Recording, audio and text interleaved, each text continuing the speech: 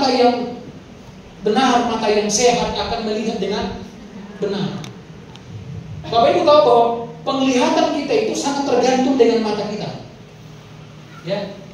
Kalau mata kita tidak sehat, ya maka penglihatan kita akan rusak. Ini adalah gambaran dari kita lihat dari firman Tuhan, saudara-saudara, Lukas 11 ayat 34. Kita baca bersama-sama ayat ini dalam hitungan ketiga. 1, 2, 3. Matamu adalah pelita tubuhmu.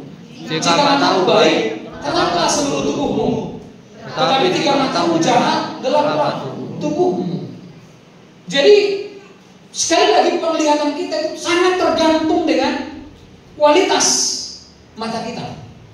Kalau seseorang penglihatannya atau matanya rusak, maka penglihatannya pasti akan berpengaruh. Apa yang dimaksud dengan ayat firman Tuhan ini? Tentunya saudara-saudara bahwa ini adalah kalimat-kalimat yang mengandung metafora atau gambaran, kira-kira begitu ya, gambaran. Apa yang dimaksud dengan mata, saudara? Ya. Kalau mata kita baik, maka teranglah seluruh tubuh kita. Kita bisa bayangkan orang-orang yang buta, ya, maka dia tidak bisa melihat apapun. Maka dia akan melihat kegelapan di sekitarnya. Ya. Orang yang matanya rusak, orang yang matanya tidak berfungsi, maka yang dia lihat hanyalah kegelapan. Kemarin saya membagi satu artikel di grup WA kita, dan kita semua tadi sudah masuk ke ruangan ini dari luar, semuanya pastikan semua dari luar ya. Ada nggak tadi yang tidak dari luar masuk ke dalam ini? Paham maksudnya? Semua dari luar tadi ya. Coba saudara lihat ke langit sana. Apa yang saudara lihat di langit sana? Apa yang saudara lihat di langit sana? Gelap, gitu ya. Betul nggak? Gelap. Kenapa gelap? Padahal coba kita perhatikan, menurut sains ya, kenapa langit pada malam hari gelap? Ya, bukankah ada miliaran bintang di atas sana? Dan bintang itu saudara, cahayanya luar biasa, sampai kadang kita bisa melihat, saudara. Jadi kenapa langit pada malam hari gelap? Bukankah ada miliaran bintang? Harusnya itu terang benderang, ya kan? Harusnya. Tapi langit itu betul-betul menyala sebetulnya, ya.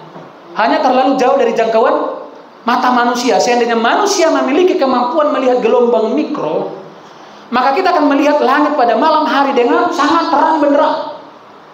Ya, artinya dengar, apa yang kita lihat di atas sana yang kita sebut dengan gelap tidak sesuai fakta. Faktanya bahwa di sana itu terang. Kalau begitu, kenapa yang kita lihat gelap? Kita tidak melihat terang itu karena kemampuan mata kita yang terbatas.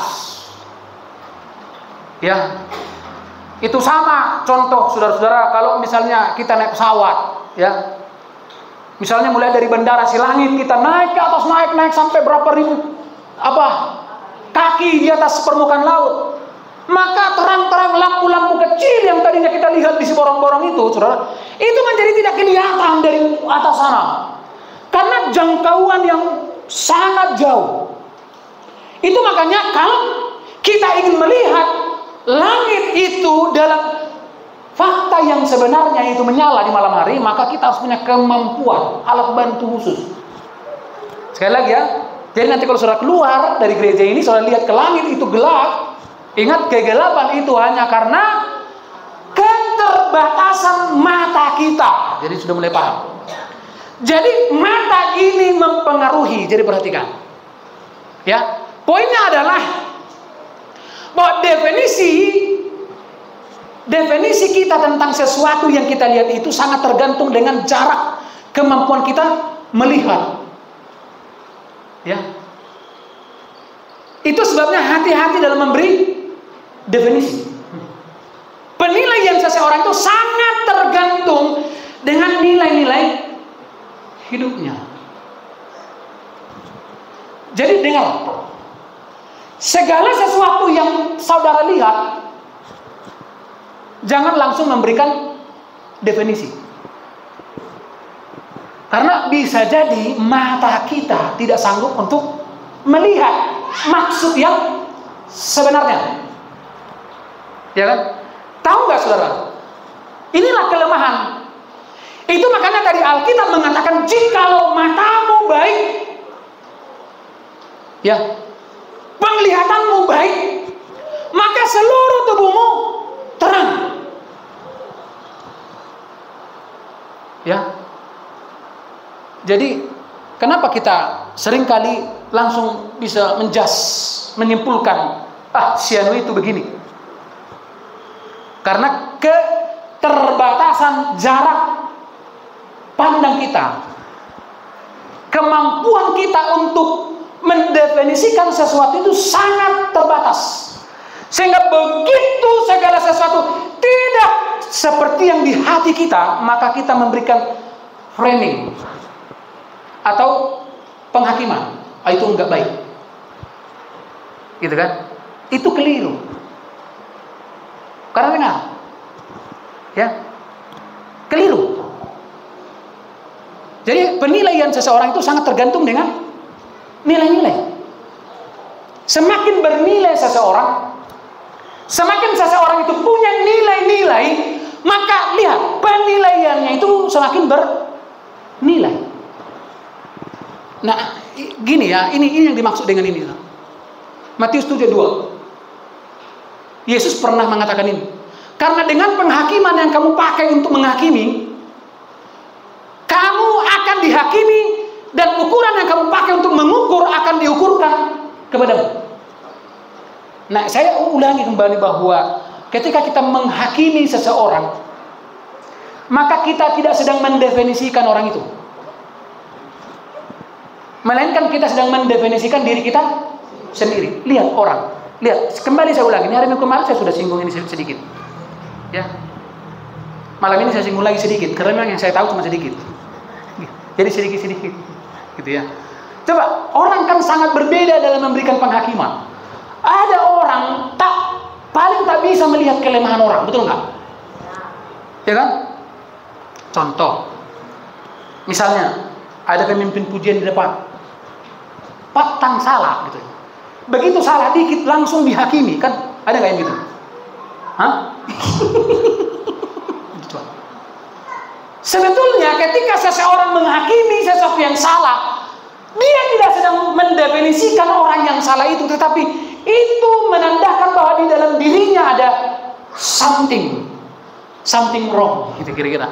Ada sesuatu yang salah. Itu makanya ayatnya mengatakan, karena dengan penghakiman yang kamu pakai untuk menghakimi, kamu jadi dibalikkan.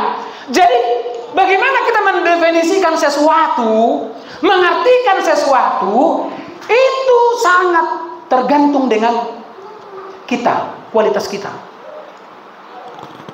Itu makanya orang-orang yang kualitas SDM-nya baik, itu hampir nggak pernah menghakimi. Kalau dia menghakimi itu sangat lembut sekali, orang lain nggak tersinggung. Ya, kira-kira.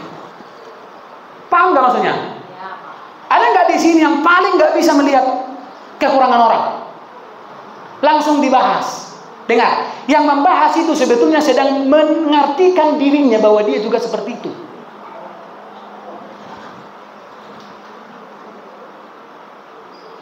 Ibu-ibu, ya, ibu-ibu, apalagi anak-anak gadis ini kan meniru ibu-ibu. Mereka suka nongkrong-nongkrong, yang dibahas itu apa? Orang lain. Sampai ketawa-ketawa itu. Seolah-olah ketika dia membicarakan orang, dia sudah sempurna gitu.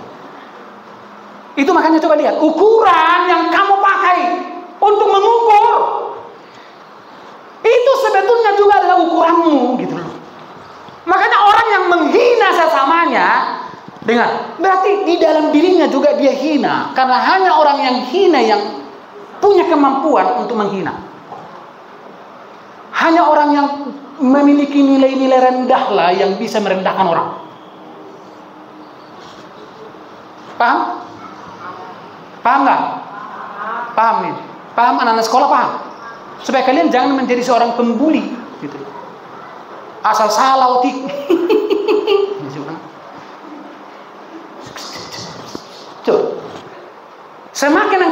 bereaksi dengan kekurangan orang, sebetulnya engkau sedang mengumumkan bahwa saya, itu saya, kan begitu.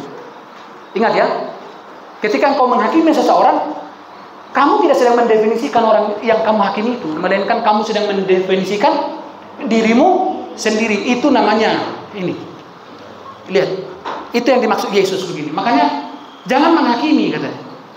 Kenapa kita nggak boleh menghakimi? Karena syarat untuk bisa jadi hakim adalah sempurna. Jadi hanya orang yang sempurna lah yang bisa menjudge. Itu makanya yang bisa menghakimi hanya firman Tuhan. Dia adalah hakim. Firman Tuhan. Jadi nanti firman Tuhan itu yang menghakimi. Makanya teruslah menderita dalam Tuhan. Amin. Tadi saya tunjukkan satu video sama Ibu Gembala ini tentang ada satu tayangan khotbah yang saya dengar tadi dari luar negeri berbahasa Inggris. Saya nggak tayangkan karena pasti saudara nggak ngerti bahasa Inggris ya. Saya dengar dalam versi bahasa Inggris gitu ya. Saya bilang, Bu Gembala ini gimana? Karena di situ diterangkan tentang kembali tentang aniaya besar. Aniaya ya 7, ada yang 3,5 tahun gitu ya. Memang kemudian saya bilang, saya Bu Gembala ini, memang saya percaya ini benar-benar penginjilan. Jadi nanti penginjilan, bukan lagi penginjilan sebetulnya ya, karena nanti kalau menurut tafsir teologi kita, ketika aniaya besar itu antikris sudah datang, kan di situ sudah nggak ada lagi dua itu, firman dan Roh Kudus dan gereja kan gitu ya, sudah diangkat. Jadi nggak ada lagi Roh Kudus yang menolong. Makanya dibilang nanti jangan panik katanya ya. Kalau misalnya kamu sudah tinggal, jangan panik. Katanya kan kayak ngelucu sebetulnya itu. Saya memberikan kamu tips katanya. Yang pertama, cari apa? Bukan. Karena nggak ada lagi Alkitab, nggak ada lagi firman Tuhan. Cari perlindungan gua-gua katanya. Terus gimana? Kemudian mau pasok makanan yang nggak bisa, karena nanti yang bisa menjual dan membeli adalah mereka yang dicap itu, gitu kan? Yang dicap itu gitu. Jadi gimana? Nanti saya udah nggak di situ lagi katanya Ibu Gembala ini. Kenapa kamu nggak di situ? Karena saya sudah belajar menderita sekarang. Makanya ayo, kamu kalau hindari penderitaan masuk ke sana. Karena kalau penderitaan Kristus yang sekarang, supaya Anda menjadi umat yang kudus, tapi juga Anda tidak mau, maka tunggulah dikuduskan aniaya besar itu. Kira-kira seperti itu. Tunggulah dikuduskan. Jadi sekali lagi dengar. Sebetulnya firman ini sedang mengukur kualitas gereja. Gereja tidak boleh menjadi hakim. Karena yang menjadi hakim adalah firman Tuhan. Kenapa firman Tuhan menjadi hakim? Karena dia adalah pribadi Allah yang sempurna. Jadi yang sempurna, dia punya kapasitas, dia punya legalitas untuk menghakimi. Nah, Anda siapa? Selalu saya bilang, selama nafasmu masih bau, jangan lagi hakimi nafas orang yang sudah.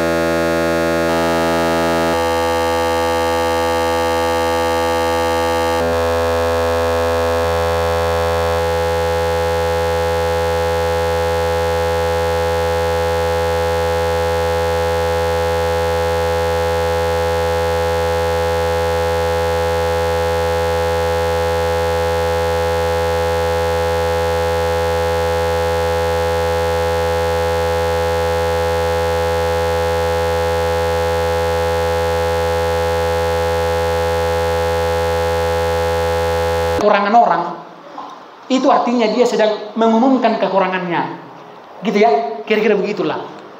Kita lanjut. Nah, ungkapan mata adalah pelita tubuh, memiliki makna teologis yang dalam. Ungkapan ini menggunakan metafora mata sebagai jendela jiwa. Jadi sebetulnya itu adalah gambaran gitu loh. Gini, mata, kalau mata baik,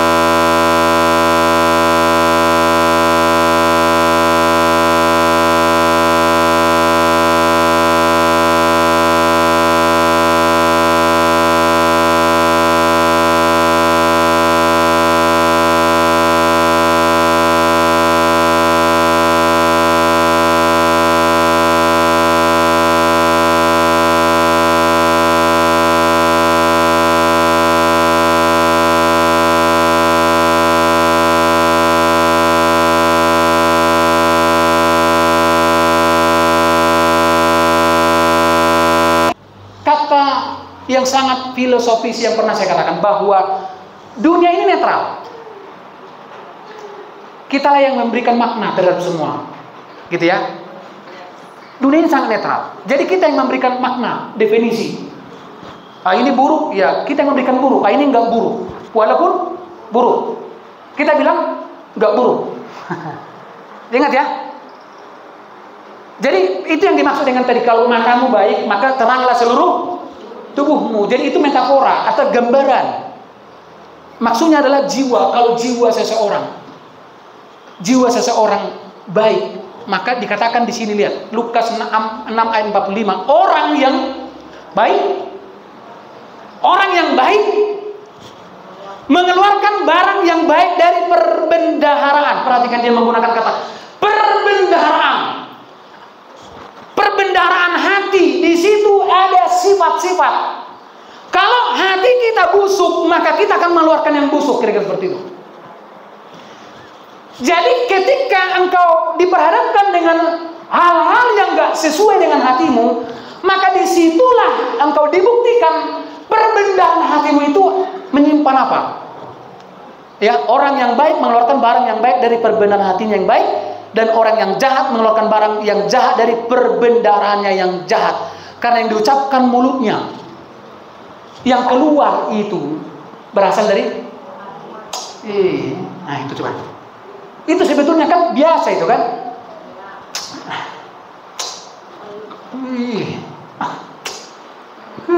Nah, itu dari dalam. Itu dorongan dari dalam. Dikit-dikit nggak pas di hatinya, langsung dikeluarkan keluhannya itu. Makanya selalu bilang, nggak boleh juga kita sering-sering pengumuman. Iya kan? Yang kita umumkan itulah kebaikan Tuhan, supaya iblis kewalahan menghadapimu. Ini jujur kata iblis itu, sakit kepala aku menghadapi yang satu ini, kata. Kenapa? Kata kawannya misalnya kan, seburuk apapun keadaannya dia nanti selalu perkataannya baik. Ya kan? Ada orang, dengar ya, ada orang keadaannya baik pun selalu perkataannya buruk. Itu yang bilang tadi itu. Baru dari surga dia ceritanya tentang. Coba dulu. Misalnya gini, pernah nggak Bapak Ibu ketemu dengan orang seperti itu? Yang diceritakan selalu yang nggak beruntung gitu loh. Gimana usaha? Pagi. Udahlah. Iya gimana lah? Apa itu? Makanya apa kali lah. Jadi sehingga apa kali hatiku sehingga udahlah, yang penting jangan apa-apalah gitu kan. Selalu begitu. Memang itu dari dalam hatinya. Karena kadang-kadang kalau kita bilang gimana usahamu, puji Tuhan, kita takut langsung nanti diminta kan gitu loh. Iya kan? Jadi orang yang baik, jiwanya baik, walaupun enggak baik-baik yang dia rasakan, yang keluar itu yang baik, karena memang perbendaharanya baik-baik semua. Tanya kiri kanan, perbendaharaan hatimu menyimpan apa? Bilang dulu. Pahit atau manis? Bilang begini, hilala medisi, bilang. Coba lihat, manis atau pahit? Ya. Jadi jangan bilang, Pak Gem, aku jujur lah ya, bingung aku menghadapi si Leteo Gana. Kenapa? Pahit terus ujungnya. Ya memang karena perbendaharaan semua yang pahit semua. Gimana dia mengeluarkan yang manis, orang dia pun sudah kepahitan gitu loh.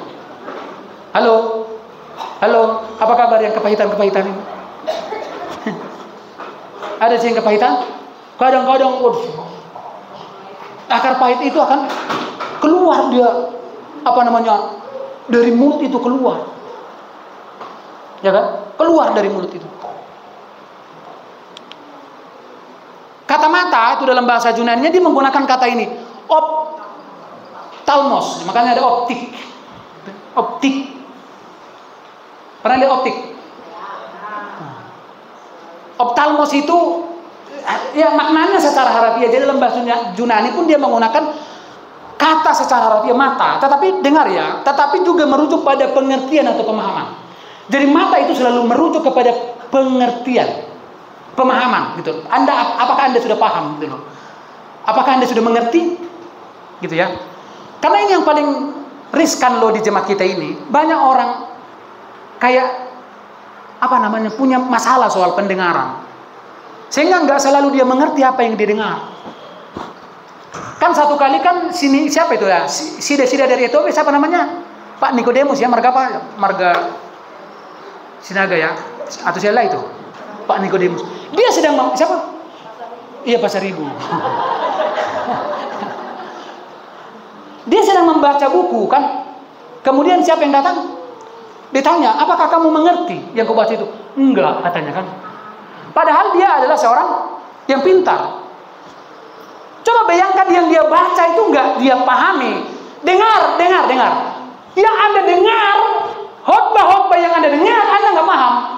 Enggak paham. Makanya Anda enggak mengerti, maka kata optalmos itu juga merujuk kepada pengertian atau tingkat pemahaman seorang. Jadi kira-kira begini. Semakin kau paham, semakin jelas penglihatanmu. Oh, gitu ya. Contoh, orang bisa tiba-tiba kesurupan karena kita udah paham, sehingga kita nggak terganggu dengan kesurupannya. Ada orang menghadapi orang kesurupan, dia 2 kali lebih kesurupan. Siapa di sini begitu? Ada yang begitu? Kalau lihat hal-hal yang nggak beres, dia malah lebih nggak beres gitu. Ibu-ibu yang paling sering begitu ya.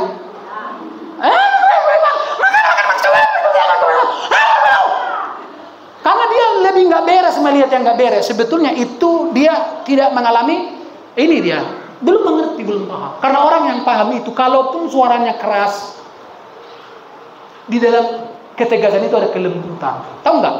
Itu makanya sifat Yesus itu tegas dan lembut. Makanya orang nggak sakit hati. Kira-kira begitu. Tapi memang ada untuk sebagian orang, mau nggak diapain pun udah sakit hati, dia kembali seperti tadi itu, karena memang sudah kepahitan semua. Amsal 23 ayat 7 bagian A, sebab seperti orang yang membuat perhitungan dalam dirinya sendiri, demikianlah ya. Jadi perhitunganmu itu menandakan siapa kamu, ya kan? Bagaimana orang mematematika dirinya, demikianlah ia. Bagaimana orang membuat perhitungan dalam dirinya sendiri, sebesar itulah dia. Makanya diperbesar dia kapasitasnya. Amin. Amin. Amin. Amin.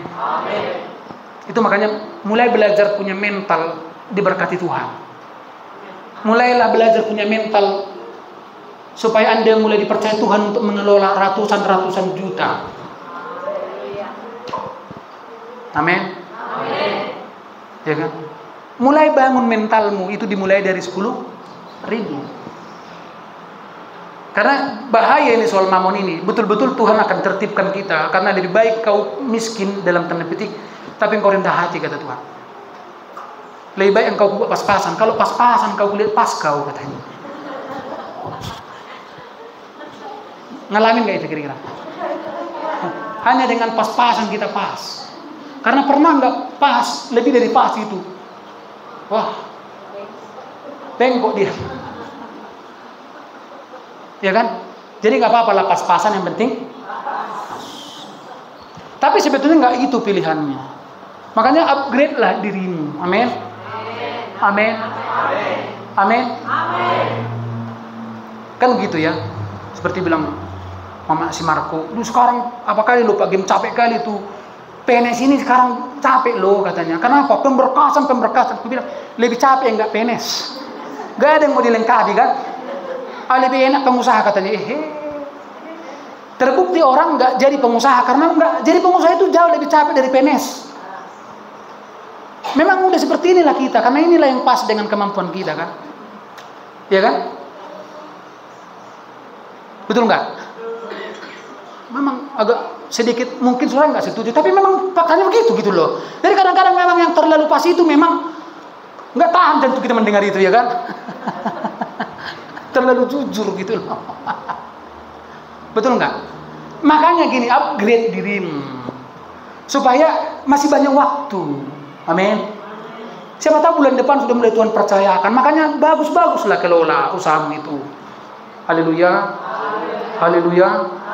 Lihat, belajarlah dari Yusuf. Bagaimana dia punya manajemen yang bagus untuk mengatasi berapa 5 tahun kelaparan, 7 tahun kelaparan bagikan. Dia mulai punya apa namanya?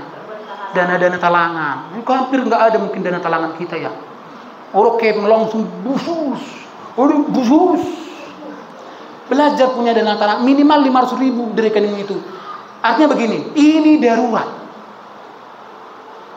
Kalau bapak-bapak, misalnya contoh, yang merokok misalnya, jangan merokok lagi. Ini dana darurat namanya. Gitu. Jadi mau misalnya lihat kita simpang 2, mau digini-gini kan panggang itu, udah pakai masker aja. Karena ya kadang-kadang begitu, orang sukses itu harus menderita. Karena lebih menderita kalau nggak sukses kan? Betul nggak? Saya bingung sebetulnya kemarin, nggak berdaya kita menghadapi dunia ini. Ini saya cerita waktu si Jion bilang, saya harus bimbingan Pak. Katanya. Saya nggak bisa terima. Puang, untuk apalah kau sekolah di Budi Mulia harus bimbingan lagi kau? Jangan begitu katanya. Harus bimbingan. Terus Bu Gemini bilang, iyalah, karena ya itulah dunia ini. Ya kan? Itulah dunia. Ya, bapak-bapak, keluarga yang diberkati Tuhan yang punya anak mereka. Nanti kan kalau engkau ingin nanti anakmu misalnya masuk di fakultas-fakultas yang bagus ya, dia harus ikut bimbingan. Ya, dan itu mahal kan? 1 tahun sekitar 10-an juta juga. Jadi kita yang dalam tanda petik kayak pas-pasan ini gitu loh. Di situ yang kadang-kadang kita bukan hanya oyong, udah pingsan Tuhan. Jika kulengkan mataku ke gunung-gunung, dari manakah datangnya pertolongan? Dan berminggu-minggu gak ada pertolongan gitu kan. Makanya memang capeknya untuk sukses, tapi jauh lebih capek kalau nggak sukses, betul nggak? Bilang dulu kiri kanan, capeknya memang menuju sukses itu kawan, tapi jauh lebih capek. Nah seperti yang kau alami sekarang lah bilang, ya kan? Kadang-kadang kita hanya untuk beli tulang sop babi aja, kau jual marpanukum mehita menitiari. Sedia aman tulang sop ono 10.000. Tangan nami guna salpe itu aman, nami guna salpe. Nggak bau dah kola baik. Jujur aja saudara, memang ini fakta loh gitu loh. Karena memang jangan salahkan siapa-siapa, karena kita memang susah mengupgrade diri kita gitu loh. Karena kita harus punya ciri-ciri menjadi orang sukses. Apa ciri-ciri orang sukses itu? Mental orang sukses itu apa? Nggak pelit, royal gitu kan. Karena memang di situ hukum terbalik di dunia ini gitu loh. Karena ternyata untuk menuai Anda harus menabur gitu loh. Karena itu nggak bisa dipahami kan. Karena konsep kita enggak, kita harus menahan gitu loh. Nggak bisa juga. Karena konsep untuk menuai adalah melepaskan. Jadi ada yang harus Anda lepaskan, ada yang harus Anda simpan. Itu makanya firman Tuhan manajemennya adalah benih untuk ditabur, roti untuk ini semua dimakan, saudara. Benihnya pun dari makan akhirnya. Apa? Oma, pakai main ini mana sih? Pakai apa itu? Saya sedang mentertawakan diri saya. Kadang-kadang kalau saya mengucapkan ini kan karena pengalaman itu, makanya kayak pas kali kadang-kadangnya. Karena pengalaman hidup memang udah hebatnya kita sekarang ini memang wajarlah orang-orang bule sana memang memuji kita lah, dipuji. Bisa kita happy loh. Gak makan apa-apa, Tuhan, gak bisa ku ingat itu. Gak makan apa-apa, lo bisa happy. Tuhan, tolong. Karena kamu Tuhan. Mata adalah gambaran dari jiwa seseorang. Jiwa yang baik lahir dari hati yang baik, dan hati yang baik lahir dari kebenaran. Jadi kalau sudah ada kebenaran di hatimu, di situ apa? Nanti lihat. Yesaya 32. Halo. Apa yang ada di hatimu itu yang tumbuh. Amin. Kalau bukan kebenaran yang ada di hatimu, makanya yang tumbuh semua rumput berduri. Saudara masih ingat gak kenapa itu dikatakan pohon tumbuhan yang kekurangan air menurut ilmu biologi, maka daun akan berubah menjadi duri. Itu adaptasi namanya. Adaptasi. Jadi kalau misalnya pohon, coba misalnya lihat di sini nanti. Ketika kemarau lihat, maka yang paling banyak tumbuh di situ adalah yang berduri. Putri malu dan putri berani di situ ada. Karena pohon yang kekurangan air, maka daunnya itu akan beradaptasi kan. Untuk pengiritan namanya itu ya, langsung dia kayak membentuk duri. Air. Kebenaran itu digambarkan seperti air. Akulah air, katanya kan. Barang siapa minum dari air itu gitu. Jadi kebenaran itu adalah air kehidupan. Dimana kalau kita punya kebenaran, maka akar kita akan, kebutuhan kita akan tersuplai dari kebenaran itu. Itu makanya kebenaran itu akan menumbuhkan damai sejahtera, dan akibat kebenaran ialah ketenangan dan ketentraman. Jadi hati yang berisi kebenaran, dengar ya, maka itulah hati yang sejahtera. Dan hati sejahtera dia naik kepada pikiran, jiwa tenang jiwanya.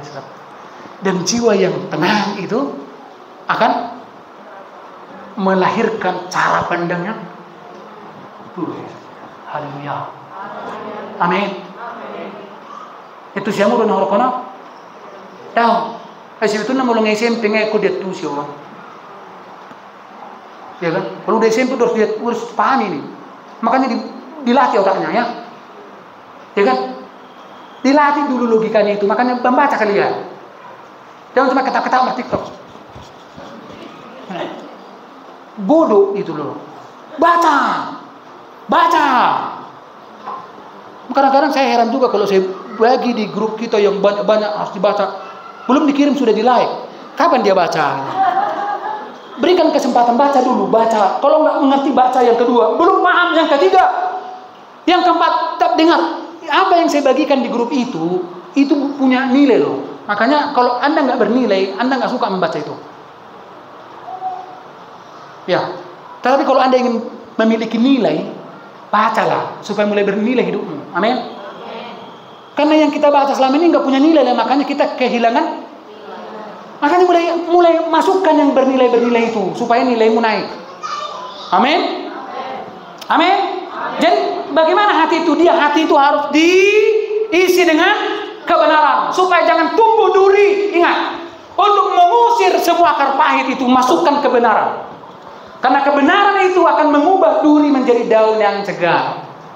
Karena kalau sudah tersuplai, dia lihat daun itu akan kembali beradaptasi jadi duri itu akan kembali beradaptasi jadi daun. Amsal 4 ayat 23, jagalah hatimu dengan segala kewaspadaan karena dari situlah terpancar. Dengar, kalau hatimu nggak baik, yang suruh pancarkan itu yang nggak baik. Yang disebut dengan Alkitab adalah kontra dari kehidupan adalah kematian. Ibu-ibu hati-hati, Anda karena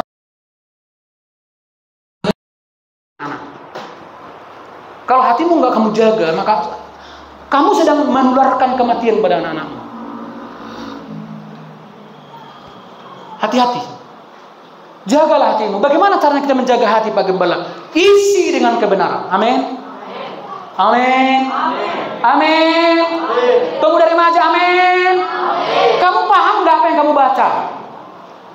Gitu loh. Paham apa yang kamu baca itu?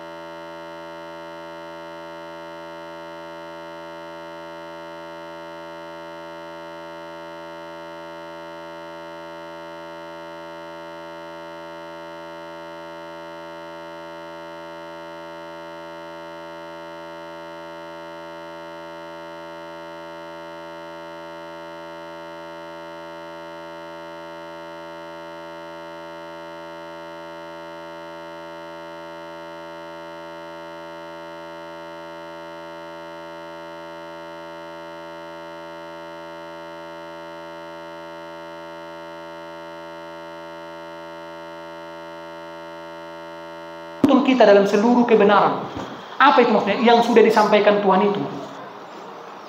Apa yang disampaikan Tuhan itu ada dua, khotbah dan baca firman. Itu yang diingatkan. Kalau si Daniel baca Alkitab, maka dia banyak diingatkan. Nanti kalau sudah tamat kau Daniel, buat begini. Diingatkan itu, makanya nanti jadilah dia kan. Jadilah. Karena sering diingatkan Roh Kudus. Dan dia tahu apa yang diingatkan Roh Kudus itu karena dia sudah membaca. Nah, Anda yang tak membaca gimana? Ayo. Sibuk Pak game, sibuk macam kayak Prabowo aja. Prabowo aja masih membaca loh. Karena membaca itu artinya Anda sedang melatih otak saudara supaya jangan cepat pikul. Otak itu harus dilatih. Logika harus dibangun. Karena kalau logikamu lemah, pikiranmu itu lemah. Karena di dalam dunia ini banyak hal yang perlu kita kritisi. Jangan terima mentah-mentah. Contoh, harga beras naik. Kalau Anda nggak kritis dengan berita itu, Anda akan mati lebih dulu. Dengar, kritisi apa yang Anda dengar. Kritisi apa yang Anda dengar. Dengan apa? Logika. Dan Tuhan menganugerahkan kita logika, kemampuan untuk menalar itu maksudnya. Menalari semua. Kalau ada hal yang nggak pas di hatimu, nalari. Jangan langsung kesurupan. Makanya dari dulu orang yang kesurupan itu biasanya tingkat SDM-nya rendah. Itu yang bisa kesurupan. Kalau yang putar-putar begini kan susah kesurupan ini. Makanya versi terbaru dibuat iblis. Kesurupan kosmos dunia. Lihat coba muka-mukanya lihat. Ada yang berat kali. Nah itu udah, karena dia sudah mendownload terlalu banyak aplikasi duniawi ini. Berat nih. Iya Pak Game. Memuji Tuhan pun coba. Coba nih, ketawa aja lihat. Ketawa aja cuma sedikit giginya nampak. Lihat, coba dulu lihat kiri kanan yang ketawa tuh. Lihat, ketawa aja nggak tulus, saudara. Kenapa? Karena dia selalu menceritakan neraka, walaupun barusan dari dia dari surga. Lihat ya, Yeremia 15:16, apabila aku bertemu dengan perkataan-perkataanmu, lihat, maka aku menikmatinya, firmanmu itu menjadi kegirangan bagiku dan menjadi kesukaan hati. Tadi saya membaca kisah dari 1 Samuel pasal 25. Siapa itu wanita yang baik itu? Namanya? Istrinya si Nabal? Abigail. Saya baca yang akhirnya dia jadi istri oleh Raja Daud. Ya. Coba lihat. Jadi di dalam sejarah kitab sudah ditulis orang yang menyimpan Taurat Tuhan itu hidupnya berbeda dari yang lain. Nggak langsung berduri. Jadi kalau ada firman di hatimu, coba lihat. Maka saudara nggak berduri. Apa yang dicari orang? Apa yang dicari? Siang, sore, malam. Uang, uang, uang, uang. Bukan apa? Nah, seolah-olah kan kalau cari Tuhan kita hilang nanti semua Pak Game. Tuhan bilang, lomo. Jadi ketika Tuhan bilang, utamakan dulu kerajaan Allah. Utamakan kerajaan Allah. Bukan berarti saudara akan kehilangan. Lihat, Tuhan yang menjamin semua. Karena semua di bawah kolong langit ini dan di surga pun dikendalikan oleh Tuhan Yesus. Apalagi hanya bisnismu itu, saudara. Apalagi gaji usaha-usahamu itu dalam kendali Tuhan itu semua. Amin. Haleluya. Nah, kita lanjutlah. Filipi 4:7, damai sejahtera Allah yang melampaui segala akal. Lihat ini. Jadi damai sejahtera itu melampaui segala nalar manusia. Akan memelihara hati dan pikiranmu dalam Kristus Yesus. Puji Tuhan. Kalau mata kita baik, lihat seluruh. Jadi kadang-kadang jangan cepat-cepat menyimpulkan. Langit, lihat nanti gelap. Apakah dia gelap? Faktanya memang tidak. Keterbatasan jarak pandang kita mengakibatkan kita tidak bisa melihat fakta kebenaran itu gitu. Faktanya memang faktanya memang apa? Gelap, tapi kebenarannya apa? Terang. Hidup ini dengar. hidup ini perlu disiasati. Dengar, semua orang menghadapi hal yang rumit untuk menuju hal yang lebih baik. Saudara yang harus memaksa dirimu untuk masuk di jalan-jalan yang rumit, tempuh jalan itu untuk lebih baik. Dengarkan, jangan cepat-cepat menyimpulkan. Banyak orang menyimpulkan gerejanya begini hanya dia pindah. Begitu dia pindah ke gereja sini, ternyata nggak lebih baik. Mau pindah, mau balik lagi ke sana udah malu kan gitu kan? Wah, nama hira-hira dia nama kan? Karena dengar, orang-orang yang cepat mengambil keputusan itu nggak selalu baik. Otak kita ini dengar, tidak sempurna. Dia membutuhkan waktu untuk memproses semuanya. Dan semakin sehat akal kita, maka keputusan kita juga akan semakin sehat. Amin. Karena jiwa yang sehat akan melahirkan cara pandang, paradigma, perspektif, sudut pandang yang lebih sehat. Puji Tuhan. Mari bangkit berdiri, saudara.